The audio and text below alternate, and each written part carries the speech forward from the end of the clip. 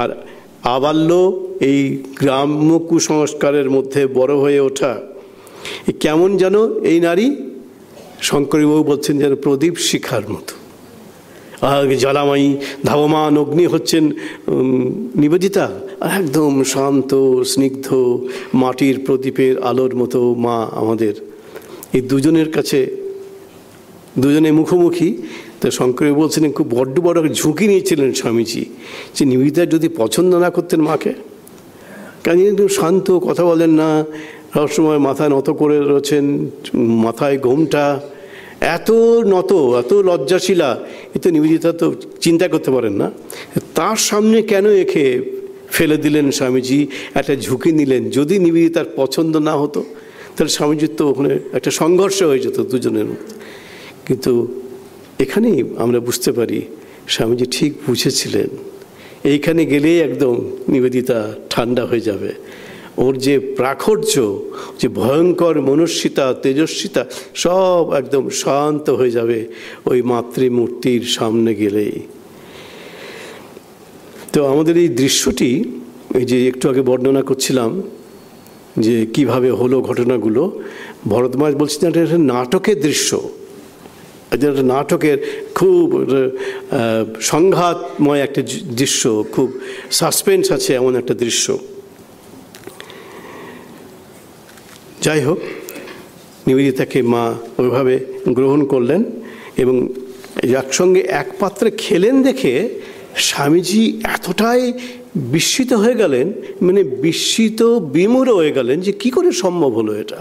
স্বামীজি যেন বিশ্বাস করতে পারছেন এটা কী করে সম্ভব হলো, এত বড় উদারতা, এতখানি মুক্ত মনা, এতখানি মুক্ত চিন্তার অধিকারিণী, এত গভীরতা এবং ব্যাপ্তি স্বামীজি নিজেও চিন্তা করতে পারেন না। এই দুদিন তিন দিন পরে মাদ্রাজে স্বামী রামকৃষ্ণানন্দজি তার গুরু ভ্রাতা তাকে লিখছেন যে শ্রীমা এখন এখানে, মানে জয়রামবাড়ি থেকে কলকাতায় এসেছেন। ইউরোপীয় এবং আমেরিকান মহিলারা সেদিন তাকে দর্শন করতে গিয়েছিলেন। ভাবতে পারো মা তাদের সঙ্গে একত্রে খেয়েছেন, একটা এক্সক্লামেশন, মানে বিস্ময়ের চিহ্ন। ভাবতে পারো মা তাদের সঙ্গে একত্রে খেয়েছেন, এটা বিরাট ব্যাপার নয় কি? এটা আমরা ইংরেজিতে অনুবাদ করেছি, ইংরেজি থেকে স্বামীজি চিঠিটি ইংরেজিতে, এখানে বিরাট আমরা করেছি, কিন্তু স্বামীজি লিখছেন গ্র্যান্ড, মানে হোয়াট এ গ্র্যান্ড ম্যাটার। তাই স্বামীজি বলছেন এটা বিরাট একটা ব্যাপার। বলছেন মা যে কী করে করলেন, স্বামীজি অবাক হচ্ছেন। তার কারণ মা তো নিজে খুব রক্ষণশীলা ছিলেন, কিন্তু তখনকার দিনের যে উচ্চবর্ণের বিধবাদের যেসব নিয়মকানুন ছিল, মা একদম খুঁটিনাটি সব পালন করতেন। পোশাক টোশাক সব, আচরণ টাচরণ সব সেকালের বিধবাদের রক্ষণশীলতাকে তিনি পূর্ণ মাত্রায় অনুসরণ করে চলতেন। আর তার পাশে যারা থাকতেন, নিবেদিতা বলছেন ওই মাস্টার যে সহিম গ্রন্থে 14-15 জন উচ্চবর্ণের মহিলা সবসময় তার চারপাশে থাকে। এই যে গোলাপ মা, যোগিন মা, এই গোলাপ মার মেয়ের সঙ্গে তো পাথরঘাটার রাজবাড়ির রাজার বিয়ে হয়েছিল। তো সবাই সম্ভ্রান্ত ঘরের মহিলারা, বলে 14-15 জন সম্ভ্রান্ত ঘরের মহিলা সবসময় তার চারপাশে থাকেন তার সঙ্গিনী হিসাবে। কিন্তু আমি লক্ষ্য করে দেখেছি, নিবেদিতা বলছেন, এই যে এই মহিলারা, এদের মধ্যে এমন উৎকট স্বভাব, এরা যদি বাড়িতে থাকতো তাহলে বাড়িগুলোকে শেষ করে দিত। সেই জন্য এরা এই মায়ের কাছে আসাতে মা সবাইকে নিয়ে বেশ নিশ্চিন্তে থাকছেন। তার অসাধারণ পরিবার, অসাধারণ দক্ষতায় তিনি এদেরকে নিয়ে থাকছেন। বলছি যদি এরা আলাদা করে থাকতো তাহলে যেখানে থাকতো সেখানে যুদ্ধ লেগে যেত। সবাইকে নিয়ে মা কীরকম শান্তভাবে থাকছেন। আর ভয়ঙ্কর ব্যাপার হচ্ছে অসাধারণ রক্ষণশীলতা, এত গোঁড়ামি এবং কুসংস্কার এই উচ্চবর্ণের মহিলাদের, যে মা এগুলোকেও নিয়ে থাকছেন। এবং এই যে নিবেদিতাকে জড়িয়ে ধরছেন, একসঙ্গে খাচ্ছেন, এ তো কী ভয়ঙ্কর। ওদের সামনেই কিন্তু মা করছেন, মার কিন্তু ভয় নেই। উচ্চবর্ণের এই মহিলাদের সামনেই এই কুসংস্কারের দুর্গে অচলায়তনে একটি আঘাত করছেন মা, নীরবে নিঃশব্দে। কিন্তু আঘাত এমনই অমোঘ এবং অব্যর্থ, তারা কিচ্ছু করতে পারলেন না। সবাই চমকিত হলেন কিন্তু কিছু করতে পারলেন না। এবং নিবেদিতা এর পরেই এই যে ঘটনাটা ঘটল, তো একজন তার বান্ধবীকে লিখছেন মিসেস নেল হ্যামন্ড লন্ডনের, তাকে একটা বর্ণনা দিচ্ছেন কি হয়েছিল, কেমন করে গেলেন মায়ের কাছে, মা কী করলেন। মাকে তো তিনি চেনেন না, কোনো ধারণাই তাদের নেই, তারা তার ভারতবর্ষে আসেনি। বলছেন দেখো, নিবেদিতা বলছেন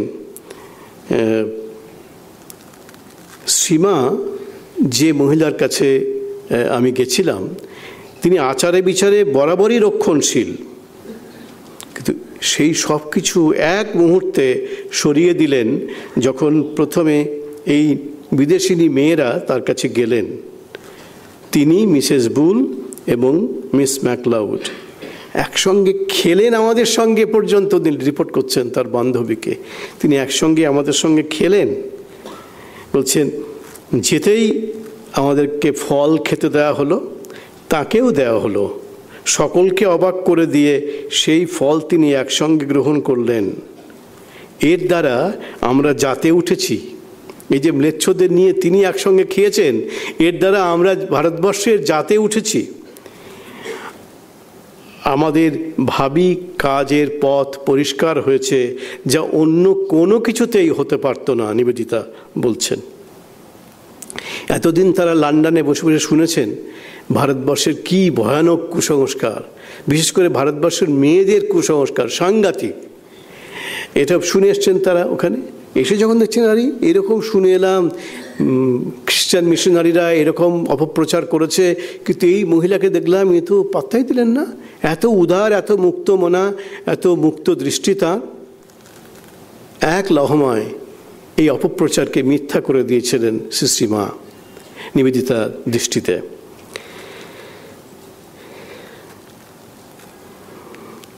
এই যে বলছিলাম, ঝুঁকি নিয়েছিলেন স্বামীজি নিবেদিতাকে মায়ের কাছে হাজির করে, যে কি করবেন, কোন ভাষায় কথা বলবেন, আর এরকম বিধবা মহিলা কুসংস্কার আছে কিভাবে নেবেন ইত্যাদি।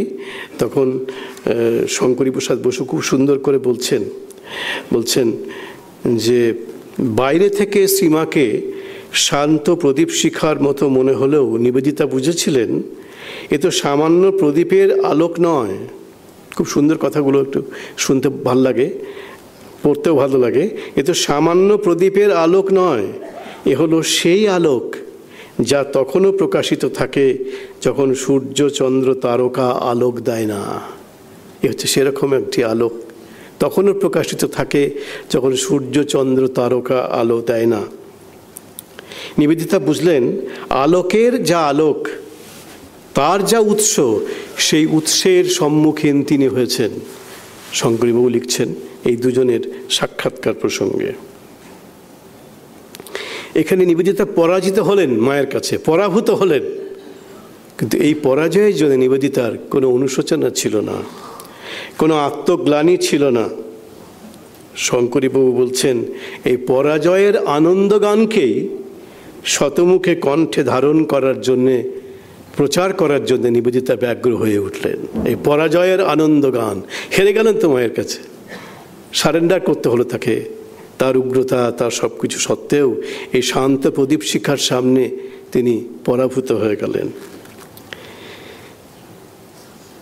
এবার ওই নিবেদিতা মায়ের সঙ্গে প্রথম দেখার পরে ওই তার বান্ধবী লন্ডনে আছেন মিসেস নেল হ্যামন্ড, তাকে লিখছে অনেকবার ভেবেছি, কিছুদিন পরেই লিখছেন, অনেকবার ভেবেছি শ্রীরামকৃষ্ণের সহধর্মিণী সারদা নাম্নী এই মহিলার বিষয়ে তোমাকে কিছু লিখব।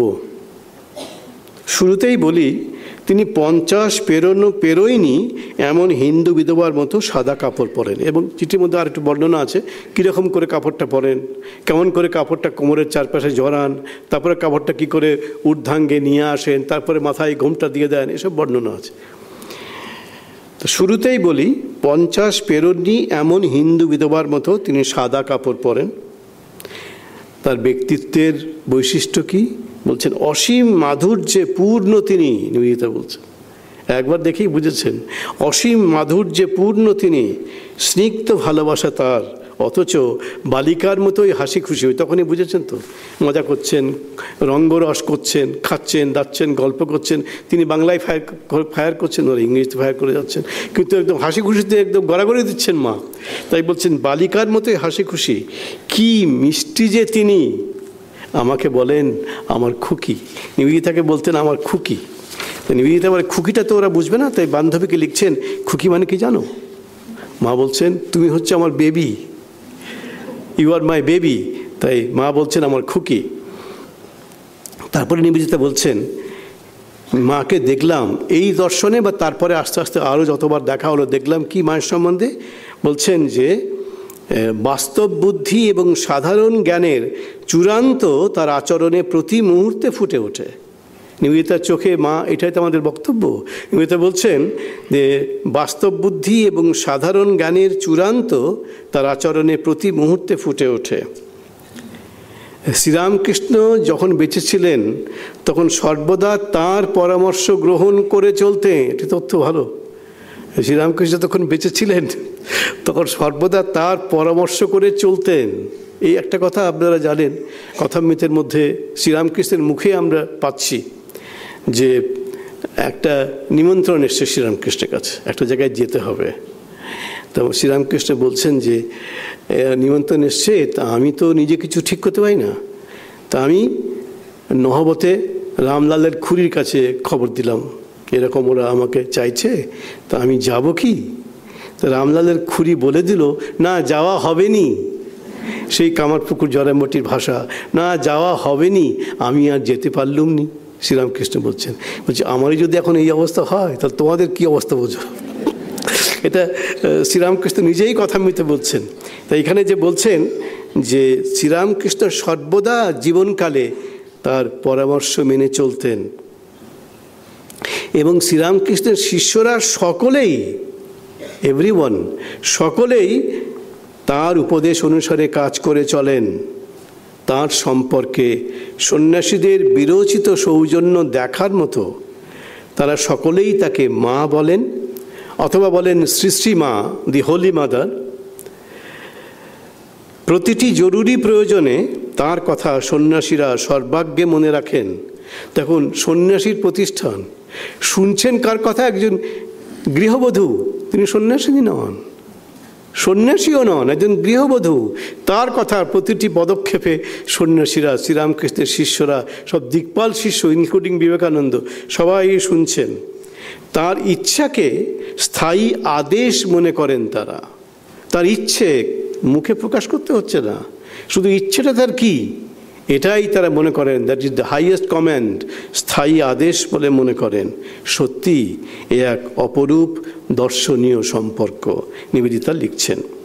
তারপরে লিখছেন তার প্রথম দর্শনের রিয়াকশন এবং তার ইমপ্রেশনটা লিখছেন ওই বান্ধবীকে, মিসেস নেল হ্যামন্ডকে, লন্ডনে লিখছেন যে আমার বিবেচনায় অনাড়ম্বর সহজতম সাজে পৃথিবীর পরম শক্তিময়ী মহত্তমা এক নারী, মানে অনেক মহত্তমা নারী আছেন, তার মধ্যে অন্যতম একজন শক্তিময়ী নারী হচ্ছেন মা। এটা হচ্ছে ফার্স্ট ইমপ্রেশন নিবেদিতার মায়ের সম্পর্কে।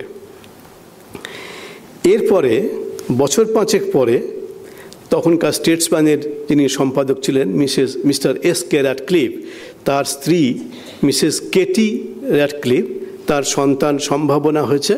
নিবেদিতার খুব অন্তরঙ্গ ছিলেন তারা, তাই তাকে চিঠি লিখছেন নিবেদিতা কলকাতাতেই, লিখছেন যে তোমার যখন সন্তানের জন্ম হবে তো তারপরে ওই সন্তানটিকে নিয়ে আমি সারদা দেবীর কাছে নিয়ে আসবো, আমাদের হোলি মাদারের কাছে নিয়ে আসবো। আমার বিবেচনায় আমি মনে করি, নিবেদিতা বলছেন, তিনি হচ্ছেন বর্তমান পৃথিবীর সর্বশ্রেষ্ঠ নারী। দেখুন 5 বছরের মধ্যে এই আর একটি রিটেন ডকুমেন্ট, নিবেদিতা বলছেন আমার বিবেচনায় বর্তমান পৃথিবীর তিনি হচ্ছেন সর্বশ্রেষ্ঠ নারী। শঙ্করী প্রসাদ বসু বলছেন পত্র সাক্ষ্যে, মানে ওই পত্রের বলছেন অন্যতম মহত্তম নারী, আর এখন হচ্ছে সর্বশ্রেষ্ঠ নারী। এর মধ্যে 5 বছরের গ্যাপ আছে, 1898 থেকে 1903, এই 5 বছরের একটা পত্র ব্যবধান আছে, শঙ্করীবাবু বলছেন। কিন্তু এই 5 বছরের ব্যবধান এই পত্রের মাধ্যমে জানতে পারছি, কিন্তু বহু আগেই নিবেদিতা তার এই ইমপ্রেশনে পৌঁছে গেছিলেন। এর মা হচ্ছেন পৃথিবীর সর্বকালের সর্বশ্রেষ্ঠ নারী নিবেদিতার দৃষ্টিতে। মায়ের কাছে এলেই নিবেদিতা একদম বিগলিত হয়ে যেতেন। যারা দেখেছেন তাকে তারা লিখছেন প্রত্যক্ষদর্শী, যেমন সরলা বালা সরকার, তার একটি গ্রন্থ আছে, অপূর্ব মর্মস্পর্শী গ্রন্থ নিবেদিতাকে যেমন দেখিয়াছে। সেখানে বলছেন যে মায়ের কাছে গেলেই নিবেদিতা একদম গোলে ডাল হয়ে যেত। বলছেন যে মাতা দেবীর নিকট অবস্থিত তাহাকে দেখিলে যেন পঞ্চম বর্ষীয়া শিশু প্রকৃতি একান্ত মাতৃনির্ভর পরায়ণা বালিকা বলিয়া মনে হইত। 5 বছরের বালিকা বলে মনে হতো, যে মায়ের ওপরে সম্পূর্ণ নির্ভরশীল। মাতা দেবী যখন তাহার দিকে সস্নেহ হাস্যে চাহিতেন, তখন আদরে বালিকার মতো তিনি একেবারে গলিয়া যাইতেন। মা হয়তো একটু হেসেছেন তার দিকে তাকিয়ে, আর নিবেদিতা একদম গলে যাচ্ছেন এই হাসি দেখে। মা যে আসনে বসিতেন, নিবেদিতা যেদিন সেই আসনখানি পাতিয়া দেওয়ার অধিকার পাইতেন, ওটা পেতে দেবেন তিনি, মা বসবেন সেখানে। যেদিন এই অধিকারটি তিনি পেতেন, সেদিন তাহার আনন্দ কতখানি হইতো তাহা বলিয়া বুঝাইবার নহে।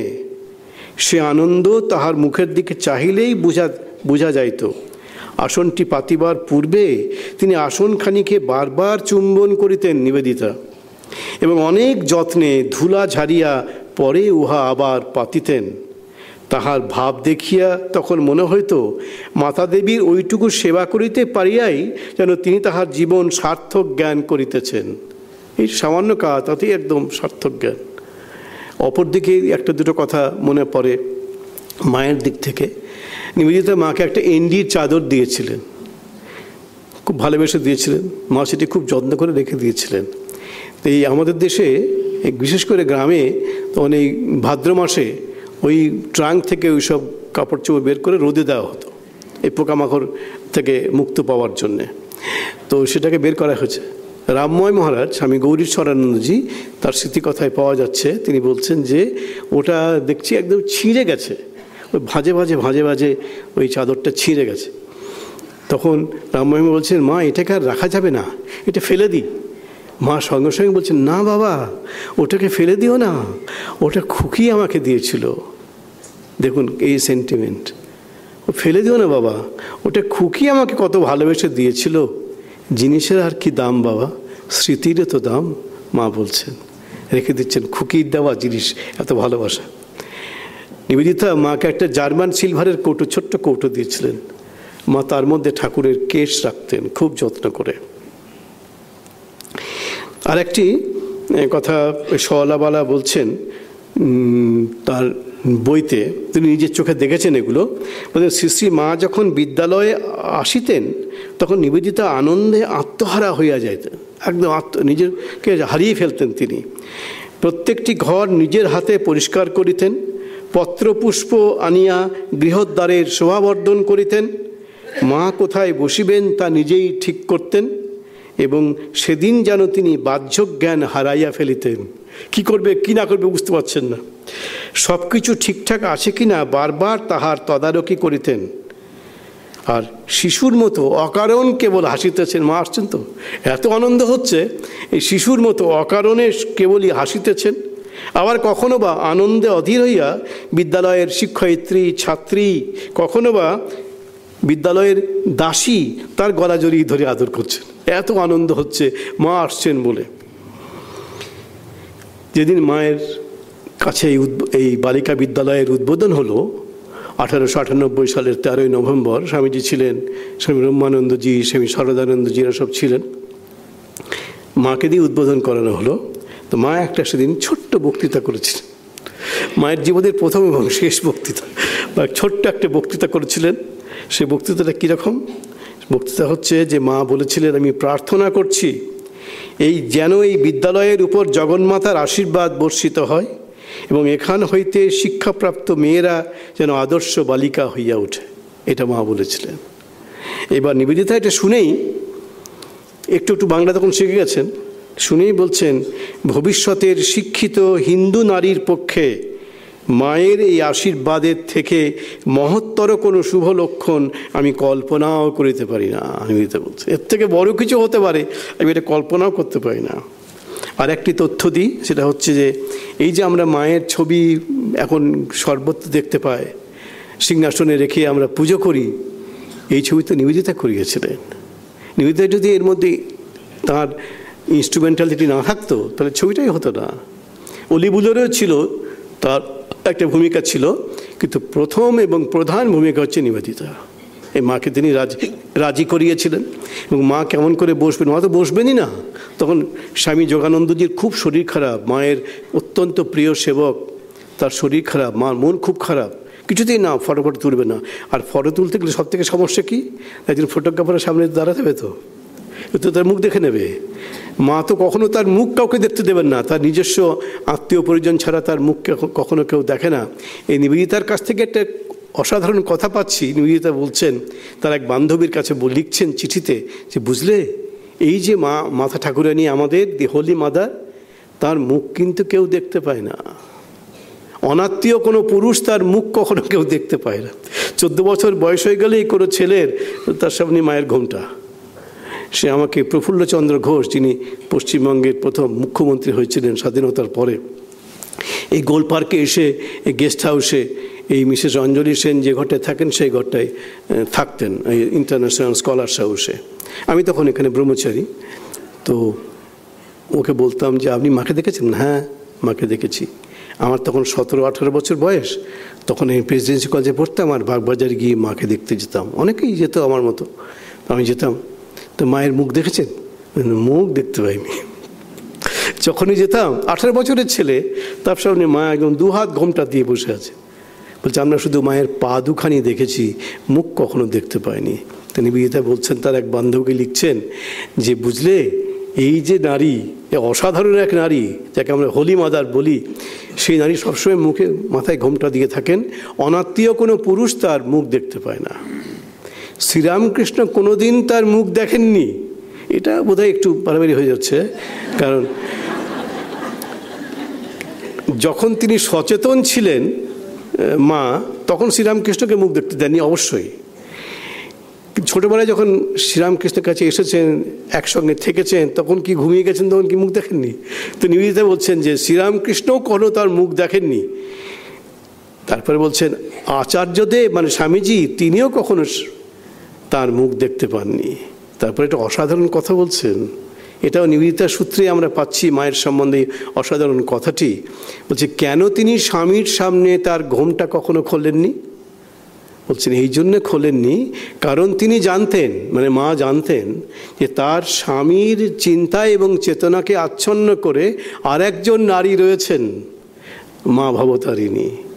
তাই মা বলছেন, যদি কখনো তার মুখটা তার স্বামী দেখতে পান, তাহলে কোনো না কোনো সময় তার চোখের সামনে হয়তো এর মুখটা ভেসে উঠবে, মানে মায়ের মুখটা, আমাদের মায়ের মুখটা ভেসে উঠবে। এবং যখনই ভেসে উঠবে তখন কি হবে? নিবেদিতা বলছেন, সেই মুহূর্তে তার যে অহর্নিশ নিরন্তর মাতৃচিন্তা, তার মধ্যে একটু ছেদ পড়ে যাবে। ওই যে ভবতারিণীর দর্শন চিন্তা, তার মধ্যে একটু ছেদ পড়ে যাবে। না, তিনি তা হতে দেবেন না। মানে মা, আমাদের মা, এই অহর্নিশ মাতৃচিন্তা তার স্বামীর, তার মধ্যে তিনি কখনো বাধা হয়ে দাঁড়াবেন না। তাই তিনি কখনো তার স্বামীর কাছেও তার ঘোমটাকে কখনো উন্মুক্ত করেননি। তো এই ফটোগ্রাফের কথা বলছিলাম, এই নিবেদিতার জন্যেই আমরা মায়ের ছবিটা পেয়েছি। প্রথমে তো যে ছবিটি তোলা হয় সেটা একটু মাথাটা নিচু করা ছবি, নত দৃষ্টি ছবি বলা হয় এটাকে। মা ঘোমটা ঢাকা আছে, মুখ নামাবেন না। আর ফটোগ্রাফার কে? একজন ইংরেজ, হ্যারিংটন তার নাম। এমনিতেই কার সঙ্গে মুখ দেখান না, আর ইংরেজ এসে দাঁড়িয়ে, তাহলে একদম মাথা আর তোলেনি না। প্রথমটাই বোঝেননি যে সাহেব এসে দাঁড়াবে। যেই দেখছেন সাহেব, তখন তো নিবেদিতা ঘোমটাটা সরিয়ে টরিয়ে দিয়েছেন আর ঠাপ করে ছবিটা তুলে নিয়েছে। তখন মায়ের দৃষ্টিটা নত, মুখ নামানো। এবার আবার কিছু বুঝিয়েছেন মাকে, সরে গেছে, ও নেই, এটা আমরা কিছু করছি বলে আবার মাকে বুঝিয়ে সুঝিয়ে আবার মুখটাকে সুন্দর করে ঘোমটা সরিয়ে দিয়ে, চুল ঠিক করে দিয়ে, পায়ের একটু আঙুলগুলো বের করে দিয়ে আবার, আর তখন টাক করে একটা ছবি তুলে নিয়েছে আমাদের হ্যারিংটন। এই ছবিটাই আমরা এখন ঘরে ঘরে পুজো করি। এই ছবি যদি নিবেদিতা না তুলে দিতেন, তাহলে তো এই মায়ের ছবি পেতাম না। অসাধারণ ছবি। আর থার্ড ছবিটা, যেটা অনেকদিন লোকে জানতোই না, লোকে ভাবতো, এটা পরে যখন জানা গেল, ছবিটা পাওয়া গেল, বলছে সুপার ইম্পোজ ছবি, এটার উপরে একটা চাপিয়ে দিয়েছে। এটা সত্যি সত্যি ছবি, নিবেদিতা আর মা দুজনের ছবি, দুজনে দেখাচ্ছেন। এবং এই ছবিটা নিয়ে মাস্টারমশাই শ্রীম একটি অসাধারণ মন্তব্য করেছেন, শ্রীম দর্শনে আছে। বলছি এই যে নিবেদিতা মায়ের পায়ের তলায় মাথা নিচু করে বসে আছে, এর অর্থ কি জানো মাস্টারমশাই? শ্রীম বলছেন এর অর্থ হচ্ছে যে পাশ্চাত্য জগৎ এই চিরায়ত ভারতবর্ষের কাছে নতশির হয়ে থাকছে। পাশ্চাত্য চিরায়ত ভারতবর্ষের কাছে নতশির হয়ে আছে, এটাই হচ্ছে ছবিটির তাৎপর্য। শঙ্করীপ্রসাদ বসু এই যে দুটি ছবি, নিবেদিতা এবং মায়ের ছবি পাশাপাশি যা আমরা দেখেছি, এটার ব্যাখ্যা করছেন। বলছে তাকিয়ে দেখবেন মা আপাত দৃষ্টিতে তাকিয়ে আছেন নিবেদিতার দিকে, নিবেদিতা তাকিয়ে আছেন মায়ের দিকে, কিন্তু শঙ্করীবাবু বলছেন মায়ের ছবিটাকে দেখবেন, মায়ের দৃষ্টিটাকে অনুধ্যান করবেন, দেখবেন এই দৃষ্টিটা নিবেদিতার উপরে নেই, কোথায় যে কোন দূরে ছড়িয়ে গেছে অনন্ত বিস্তৃত নিঃসীমতায়, এর তল খুঁজে পাওয়া যায় না। বলছেন মায়ের যত ছবি, সব ছবির একই বৈশিষ্ট্য হচ্ছে এই যে কখনো কোনো একটি নির্দিষ্ট বস্তুর উপরে তা সীমাবদ্ধ নয়, অনন্ত প্রসারিত নিঃসীমতার দিকে তার যাত্রা। একবার নিবেদিতার ইচ্ছা হচ্ছে, রান্না শিখেছেন, রান্না শিখে মাকে বলছেন মা আমি রান্না শিখেছি, একটু ভোগ রান্না করে ঠাকুরের জন্যে দেব। ভাবুন ঠেলা, প্লেট ছমে ভাত রান্না করেছে, এই সেই রান্না করে এই ভাত হয়তো অন্য কোনো ব্যঞ্জন ট্যাঞ্জন রান্না করে শিখেছেন নিবেদিতা, বলছেন ঠাকুরকে দেব, নিয়ে আসবো মা? মা একদম সঙ্গে সঙ্গে বললেন হ্যাঁ নিয়ে এসো। নিবেদিতা নিয়ে এলেন, খুব খুশি। এবার ঠাকুরকে তিনি নিবেদন করলেন, মা নিজের হাতে নিবেদন করলেন। এই যে অন্যগুলো সেই আছে যে 14-15 জন, একদম যাদের ঠেলায় শশব্যস্ত জগৎ অস্থির হয়ে যাচ্ছে, তো সঙ্গে সঙ্গে টিকটিকির মতো মাকে ধরেছে, হ্যাঁ তুমি নিবেদিতা নেচ্ছ মেয়ে, তুমি ওর হাতের রান্না করা ভাত ডাল সবজি এইসবগুলো ঠাকুরকে দেবে? মা একদম নিষ্কম্প কণ্ঠে বললেন হ্যাঁ নিশ্চয়ই দেব। নিবেদিতা আমার মেয়ে, ঠাকুরকে নিজে রান্না করে ভোগ দেওয়ার অধিকার সকলের মতো তারও আছে, এবং ওই ভোগ ঠাকুরের কাছে আমি নিবেদন করে দেবই। যদি এটা কারো অপছন্দ হয় সে তাকে নিয়েই থাক, মা বলছেন আমি এটা করবই করব, এবং মা করলেন। নিবেদিতার প্রতি এতখানি ভালোবাসা মায়ের। এবং আমরা এখন শেষের দিকে চলে আসছি, যে নিবেদিতা বলছেন ভারতবর্ষের নারীর আদর্শ সম্পর্কে শ্রীমা হচ্ছেন ঠাকুরের শেষ কথা, final word about the ideal of womanhood, Indian womanhood. মা হচ্ছেন ফাইনাল ওয়ার্ড, শেষ কথা। কেমন হবে ভারতীয় নারী, এটা স্বামীজি বলেছেন। আমরা একটা আলোচনা এখানে বলে গেছি কিছুদিন আগে, সীতা, সাবিত্রী, দময়ন্তী, এটা হচ্ছে ভারতবর্ষের নারীর আদর্শ। মায়ের মধ্যে স্বামীজি দেখেছেন, নিবেদিতাও দেখেছেন এই সীতাকে, সাবিত্রীকে, দময়ন্তীকে। এটা নিয়ে অনেক ব্যাখ্যা করা যায়, তো সেই সুযোগ আজকে নেই, কিন্তু এটা শুধু উল্লেখ করে দিচ্ছি যে ভারতবর্ষের নারী আদর্শ সম্পর্কে শ্রীরামকৃষ্ণ যে কথা ভেবেছেন, স্বামীজিও যে কথা ভেবেছেন, নিবেদিতা সেটা বলেননি, আমরা বলছি স্বামীজিও যে কথা ভেবেছেন, সেটা হচ্ছে মায়ের মধ্যেই সেই শেষ বাণীটি আমরা দেখতে পাই। এরপরে এই কথাটি বলেই নিবেদিতা একটি কথা বলেছেন, বলছেন তিনি কি প্রাচীন যুগের শেষ প্রতিনিধি অথবা নতুন যুগের অগ্রদূত? এই কথাটি বলার পরেই, শেষ প্রতিনিধি বলার, শেষ কথা বলার পরেই নিবেদিতা বলছেন তিনি কি প্রাচীন যুগের শেষ প্রতিনিধি অথবা নতুন যুগের অগ্রদূত। কোশ্চেন দিয়েছেন নিবেদিতা, শেষ করেননি। কি বলতে চেয়েছেন? স্বামী মুমুক্ষানন্দজি মহারাজ কিছুদিন আগে আমাদের তার দেহান্ত ঘটেছে, আমাদের মাস্টারমশাই আমার এবং স্বামী সুপর্ণানন্দজি আরও অনেকের। তো তিনি বলছেন কোশ্চেন দিয়ে শুরু করলে কি হবে, উত্তরটা হচ্ছে অ্যাফার্মেটিভ। তিনি উভয়ই, তিনি প্রাচীন যুগের শেষ প্রতিনিধি এবং তিনি একই সঙ্গে নতুন যুগের অগ্রদূত। শেষের দিকে 1910 সাল নাগাদ নিবেদিতা আর মাত্র অল্প দিন বেঁচে থাকবেন, তারপরে 1911 সালের 13 অক্টোবর চলে যাবেন তিনি। তখন দলে দলে এই জেল থেকে মুক্তি পাওয়া দেশপ্রেমিকরা, বিপ্লবীরা মাকে প্রণাম করতে আসছে, দলে দলে মায়ের বাড়িতে। তখন এই মায়ের বাড়ি হয়ে গেছে, দলে দলে প্রণাম করতে আসছে। নিবেদিতা অনেক চিঠিতে এই উল্লেখ আছে, এই দলে দলে সব দেশপ্রেমিকরা আসছেন মাকে প্রণাম করতে, তার আশীর্বাদ নিতে। একদিন মাকে গিয়ে বলছেন, মা, আমার মাকে মাঝে মাঝে তিনি মাতা দেবীও বলতেন, মাতা দেবী, শ্রীরামকৃষ্ণ আপনাকে বলেছিলেন আপনার অগুন্তি সন্তান হবে, এখন দেখছি তাই তো হলো। দলে দলে সব ছেলেরা আসছে, আপনাকে প্রণাম করছে, আপনাকে মা মা বলে ডাকছে। তো সেই দিন তো এসেই গেল, এখন সারা দেশই দেখছি তো আপনার, মাকে বলছেন। মা বলছেন, তাই তো দেখছি। এটা নিবেদিতার কথাতে পাওয়া যাচ্ছে। নিবেদিতা বলছেন, তাই তো দেখছি। নিবেদিতার কাছে মা ছিলেন তার ধ্রুব মন্দির, পরমা শান্তির শেষ আশ্রয়। নিবেদিতার সম্পর্কে একটা চিঠি, এই চিঠি সবাই কোট করেন, সবাই তার মতো করে অনুবাদ করেছেন, ইংরেজি চিঠি। এটা দিয়ে আমার কথা আমি শেষ করছি। এই যে অনুবাদটি আমি পড়ে শোনাচ্ছি, এটি সজনীকান্ত দাশের অনুবাদ। তিনি এটা অনুবাদটা করেছিলেন মূল চিঠি থেকে। এটা 11ই ডিসেম্বর 1910 সাল। এই সময়ে নিবেদিতা গেছেন আমেরিকার বস্টনে। সারা অলিবুল তখন খুব অসুস্থ, একদম অন্তিম শয্যায় শুয়ে আছেন। তাকে দর্শন করতে, তাকে দেখতে, দেখে এসে তিনি একটা মাকে চিঠি লিখছেন। আদরিণী মা গো, অনুবাদ করছেন সজনীকান্ত দাশ, বিখ্যাত শনিবারের চিঠির সম্পাদক ছিলেন। আদরিণী মা গো, আজ সকালে খুব ভোরে গির্জায় গিয়েছিলাম সারার জন্য প্রার্থনা করতে।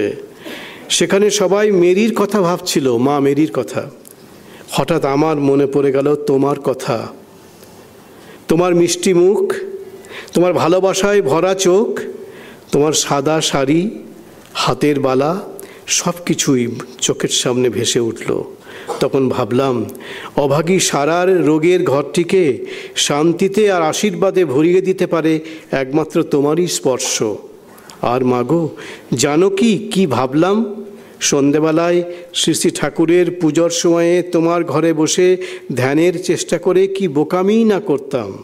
কেন বুঝিনি যে তোমার চরণের কাছে ছোট্ট মেয়েটির মতো বসে থাকাটাই সব কিছু।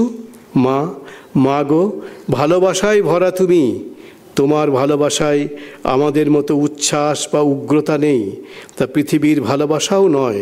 স্নিগ্ধ শান্তি তা, সকলের কল্যাণ নিয়ে আসে, অমঙ্গল করে না কারো। সোনার আলোয় ভরা তা, খেলায় ভরা, লীলায় ভরা। সেই যে রবিবারটি কয়েক মাস আগে পুণ্য ভরা সেই দিনটিতে গঙ্গা স্নান সেরে ছুটে তোমার কাছে ফিরে এসেছিলাম এক মুহূর্তের জন্য, তখন তুমি আশীর্বাদ করেছিলে। আর কি যে শান্তি আর মুক্তি বোধ করেছিলাম তোমার আবাসে। প্রেমময়ী মা গো, তোমাকে যদি একটি অপরূপ স্তোত্র কিংবা প্রার্থনা লিখে পাঠাতে পারতাম, কিন্তু জানি সেও তোমার তুলনায় শব্দমুখর, কোলাহলময় শোনাবে। সত্যি তুমি ঈশ্বরের অপূর্বতম সৃষ্টি, শ্রীরামকৃষ্ণের বিশ্বপ্রেম ধারণের নিজস্ব পাত্র। অসাধারণ এই কথাগুলো। 40 অফ শ্রীরামকৃষ্ণ, নিবেদিতা বলছেন শ্রীরামকৃষ্ণের বিশ্বপ্রেম ধারণের নিজস্ব পাত্র। সত্যিই তুমি ঈশ্বরের অপূর্বতম সৃষ্টি। যে স্মৃতিটুকু তিনি তার সন্তানদের জন্য রেখে গেছেন, যারা নিঃসঙ্গ, যারা নিঃসহায়। আমরা তোমার কাছে খুব শান্ত হয়ে চুপটি করে বসে থাকব, আর মজা করবার জন্য একটু গোলমালও করব। সত্যি ভগবানের অপূর্ব রচনাগুলি সবই নীরব, তা অজানিতে আমাদের জীবনের মধ্যে প্রবেশ করে। যেমন বাতাস, যেমন সূর্যের আলো, বাগানের মধুগন্ধ, গঙ্গার মাধুরী, এইসব নীরব জিনিসগুলি সব তোমারই মতো। এই চিঠিটি তারপরে লিখছেন, প্রিয়তমা মা আমার, তোমার চিরকালের বোকা খুকি নিবেদিতা। এই চিঠিটা শেষ করছেন। এই নিবেদিতার শ্রী শ্রী মা সম্পর্কে তার যে দৃষ্টি, সে সম্পর্কে নিবেদিতা তার এই চিঠির মধ্যে শেষ কথাটি বলে গিয়েছেন। সবাইকে ধন্যবাদ, নমস্কার।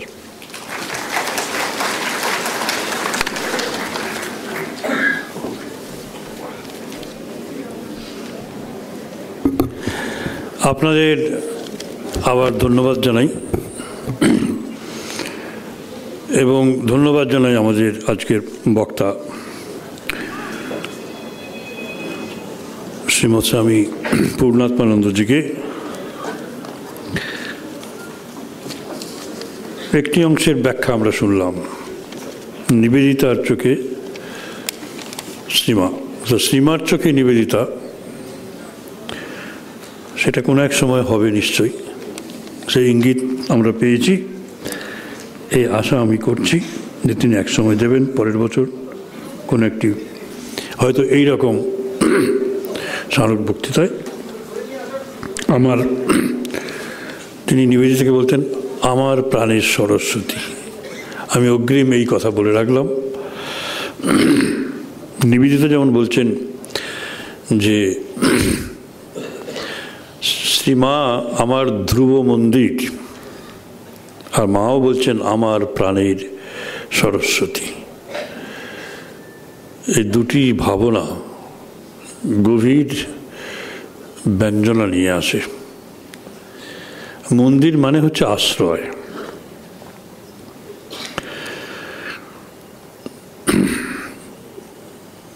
নারায়ণের স্তবে রয়েছে শঙ্করাচার্যের, হে গুণমন্দির, মানে সমস্ত গুণ যেখানে আশ্রয় করে আছে তাকে গুণমন্দির বলে। মাকে তিনি বলছেন আমাদের সকলেরই নিবেদিতা ধ্রুব মন্দির নয়, আমাদের সকলের ধ্রুব মন্দির, মানে ধ্রুব আশ্রয়, constant shelter. She is the only shelter. মন্দিরের এই নতুন অর্থ, নতুন একটা খুব পুরাতন প্রাচীন অর্থ আমাদের জানা দরকার। আর উল্টে মা বলছেন নিবেদিতা আমার প্রাণের সরস্বতী।